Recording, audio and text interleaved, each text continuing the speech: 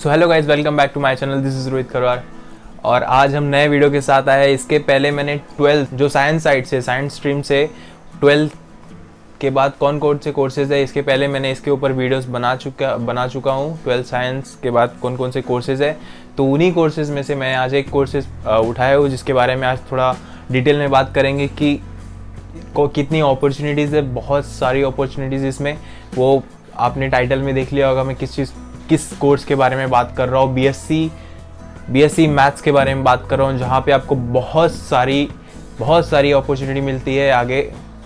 तो इसलिए आज मतलब मुझे भी इतना नहीं पता था कि इतना अपॉर्चुनिटी होता है बीएससी मैथ्स में। मैंने जब इतना रिसर्च वगैरह किया, बाद में पता चला कि इतनी अपॉर्चुनिटीज़ होती है।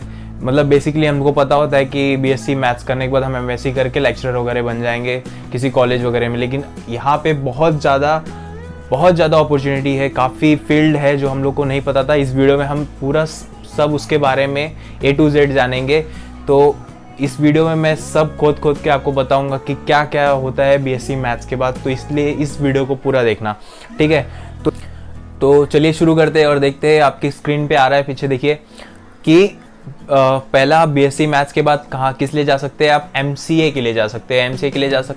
एमसीए के लिए कौन जाना पसंद करेगा? जिसको मतलब कोडिंग वगैरह में इंटरेस्ट है, जो अपने आप को किसी सॉफ्टवेयर कंपनीज में, बड़े फर्म्स में देखना चाहता है, वो वहाँ पे जाना पसंद करेगा। और जिसको एमसीए करना है उसको एटलीस्ट थोड़ी नॉलेज होनी चाहिए कोडिंग्स की, जैसे सी हो गया, C++ हो गया, बेसिक्स नॉलेज होनी चाहिए। ये डाटाबेस मैनेजमेंट, एल्गोरिदम, ये सब के बारे में थोड़ा बेसिक्स नॉलेज होनी चाहिए, ठीक है। तो इसलिए उसके बाद आप एमसीए कर सकते हो, क्योंकि जो भी अभी एमसीए के लिए जाते हैं वो most of the BSc IT, BSc CS और बीसीए के स्टूडेंट होते हैं। तो उनको पहले से ही वो सब हुआ रहता है, क्योंकि वो लोग पहले से आईटी और सीएस स्ट्रीम से रहते हैं। तो अगर आप बीएससी मैथ्स के बाद जाना चाहते हो तो थोड़ा आपको नॉलेज होनी चाहिए। और इसके बारे में मैं बताऊंगा कि अगर आपको एमसीए करना है तो एमसीए प्रेस्टिजियस यूनिवर्सिटी कॉलेजेस से करें। अगर वहाँ से आप करोगे तो यहाँ पे आपका 10 लाख का पैकेज कहीं नहीं गया है, क्योंकि 10 लाख पैकेज आपको वहाँ पे मिलेंगे एमसीए करने के बाद। तो क्योंकि ये इसके बाद जो भी एंट्रेंस एग्ज़ाम मैं बता रहा हूँ, ये प्रेस्टिजियस कॉलेजेस के लिए है। जैसे हो गया एनआईटीज़ हो गए, बीएचयू हो गया, जेएनयू हो गया। तो एनआईटी होता क्या है? बेसिकली एनआईटी देखिए इंजीनियरिंग एग्ज़ाम होता है, जेई मेंस वगैरह का हम लोग इंजीनियरिंग एग्ज़ाम देते हैं। तो उसके बाद हम लोग को आईआईटी कॉलेजेस मिलते हैं। तो आईआईटी के जस्ट नीचे वाला मतलब उसके जस्ट नीचे आता है एनआईटी। मतलब अगर जो भी इंजीनियर वहाँ से आईआईटी से कर रहा है तो उनको भी बड़ी कंपनियां आते हैं, 30-40 लाख का पैकेज मिलता है। तो जो एनआईटी से करते हैं ना, तो जो भी कंपनियां जो आईआईटीज़ में जाती है वो एनआईटीज़ में भी आती है। तो वो कंपनियां भी सेम कंपनियां आती है। तो यहाँ से आप अच्छे पैकेज उठा सकते हो, अच्छा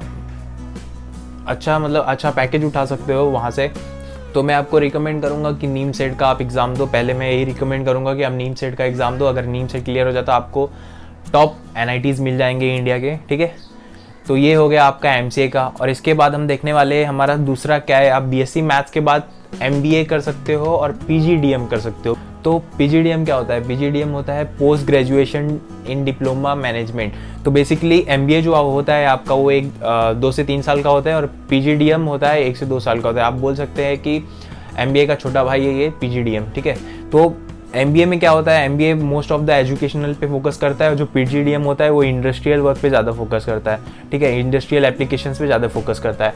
और तो आपको एमबीए करना है, आपको अगर बीएससी मैथ्स के बाद एमबीए वगैरह करना है तो आप बड़े जैसे मैंने बोले कि आपको अच्छा पैकेज चाहिए, एमबीए पीजीडीएम करना है तो प्रेस्टिजियस कॉलेज से करना पड़ेगा आपको। प्रेस्टिजियस कॉलेज जो भी है उसके लिए आपको करना पड़ेगा। जैसे कुछ कॉलेजेस हो गए, यूनिवर्सिटीज़ हो गए, जैसे आईआईएम हो गया, एफएमएस हो गए, आईआईटी हो गया और एक्सएलआरआईज, ये सब जो भी है, ये सब के बड़े मतलब यहाँ से करेंगे तो आपको अच्छा खासा पैकेज मिलता है। लाइक आप एमबीए और ये पीजीडीएम करते हो तो मतलब लाखों करोड़ों के पैकेज मिलते हैं। मजाक नहीं है, लेकिन एक्चुअली मिलते हैं। अगर आप बड़े इंस्टीट्यूट और कॉलेज से करते हो, जैसे आईआईएम मैंने अभी जो बताया, अभी आईआईएम से करते हो, एफएमएस करते हो, तो और ये सब को करने के लिए आपको एक एंट्रेंस एग्ज़ाम क्लियर करना पड़ता है। मैंने बताया कि ये सब अगर बड़े बड़े प्रेस्टिजियस कॉलेज में जाने के लिए कुछ एंट्रेंस एग्ज़ाम होते हैं, जिसको कुछ मतलब एंट्रेंस एग्ज़ाम होता है, कैट का एंट्रेंस एग्ज़ाम होता है। अगर आप कैट के एंट्रेंस एग्ज़ाम देते हो, क्वालिफाई हो जाते हो, तो आपको ये बड़े बड़े कॉलेजेस मिल जाएंगे। और जैसे मैंने बताया कि काफ़ी अच्छे पैकेज मिलते हैं, ठीक है। तो आप BSc मैथ्स के बाद डायरेक्ट ये भी कर सकते हो, ओके।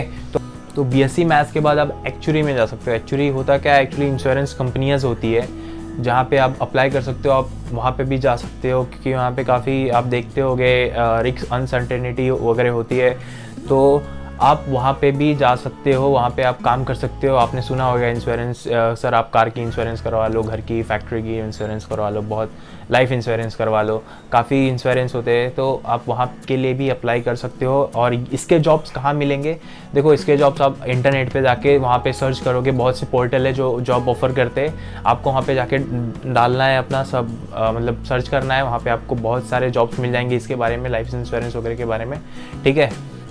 तो BSc मैथ्स के बाद आप गवर्नमेंट जॉब्स के लिए भी जा सकते हो। गवर्नमेंट जॉब्स जैसे मतलब बहुत सारे गवर्नमेंट जॉब्स हैं, मतलब आप सब के लिए अप्लाई कर सकते हो BSc मैथ्स के बाद।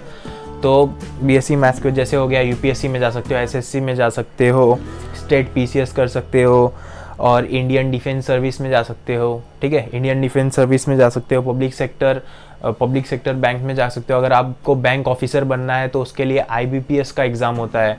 IBPS का एग्ज़ाम देने के बाद आप बैंक ऑफिसर भी बन सकते हो, ठीक है। तो ये सब जितना भी आपको ऑप्शन है, मतलब यहाँ पे गवर्नमेंट के लिए बहुत ज़्यादा ऑप्शन है, स्पेशली गवर्नमेंट के लिए काफ़ी ऑप्शन है अगर आप BSc मैथ्स के बाद जाना चाहते हो तो, ठीक है।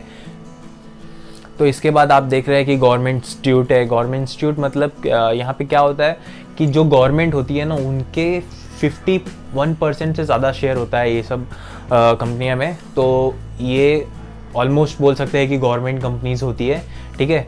और इसमें भी जा सकते हो, जैसे हो गया आप स्क्रीन पे देख रहे हो कि BSNL, BHEL, BHEL और सेल, NTPC, ये सब कंपनियां है जिसमें मैंने बताया कि गवर्नमेंट का ज़्यादा शेयर रहता है, 51% 60% शेयर्स रहते हैं, प्राइवेट कंपनी से ज़्यादा रहता है। तो बोल सकते हैं कि आप गवर्नमेंट जॉब्स ही कर रहे हो पूरा जो भी वहाँ की पॉलिसी रहती है, most of the government jobs के रिलेटेड ही रहता है।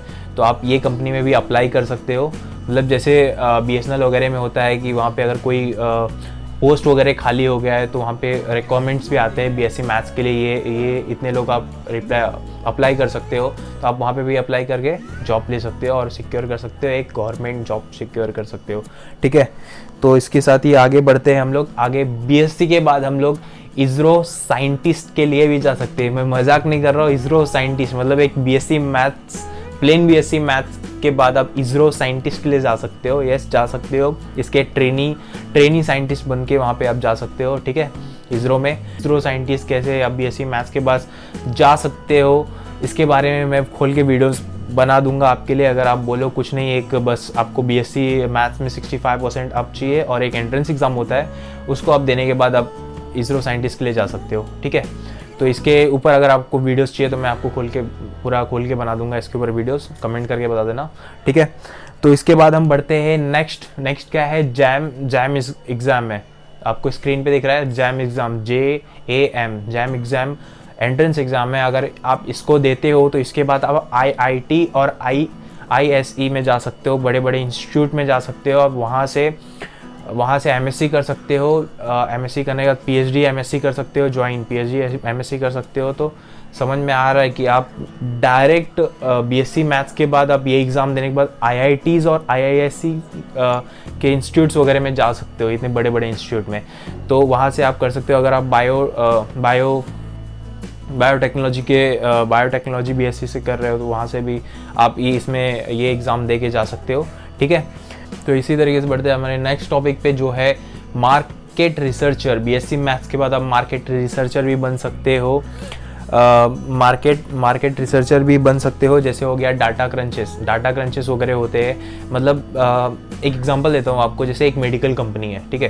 तो एक मेडिकल कंपनी है, उसकी दवा कहाँ बिक रही है, कौन कौन से स्टेट में बिक रही है, कौन से एज के लोग ज़्यादा मतलब उस दवा को ले रहे हैं, तो ये आपको वहाँ पे डाटा एनालाइज करना पड़ता है, उनके बिहेवियर जानने पड़ते हैं।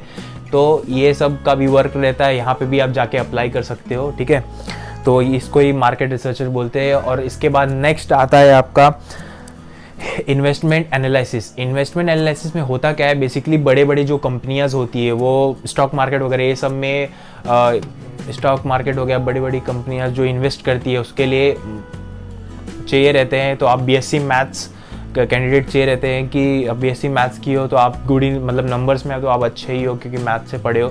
सो वो सब इन्वेस्टमेंट वगैरह को देखने के लिए आपको यहाँ पे भी आपको जॉब है, काफ़ी जॉब्स है, तो आप जाके यहाँ पे भी ट्राई कर सकते हो। और मैं ये जो बताया रिसर्चर्स वगैरह के लिए और इन्वेस्टमेंट ये सब के लिए आपको करना सिर्फ इतना है, अगर गूगल पे जाके आप इसके बारे में डालेंगे तो आपको बहुत सारी पोर्टल्स है जहाँ पे आपको जॉब मिल जाएगा।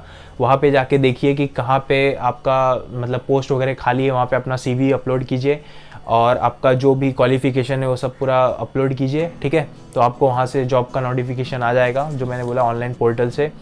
और इसके बाद बढ़ते हैं, नेक्स्ट टॉपिक है हमारा चार्टेड अकाउंटेंट। चार्टेड अकाउंटेंट क्या है, CA सबको पता है। चार्टेड अकाउंटेंट बीएससी मैथ्स के बाद आप CA भी कर सकते हो। CA का फुल फॉर्म है चार्टेड अकाउंटेंट।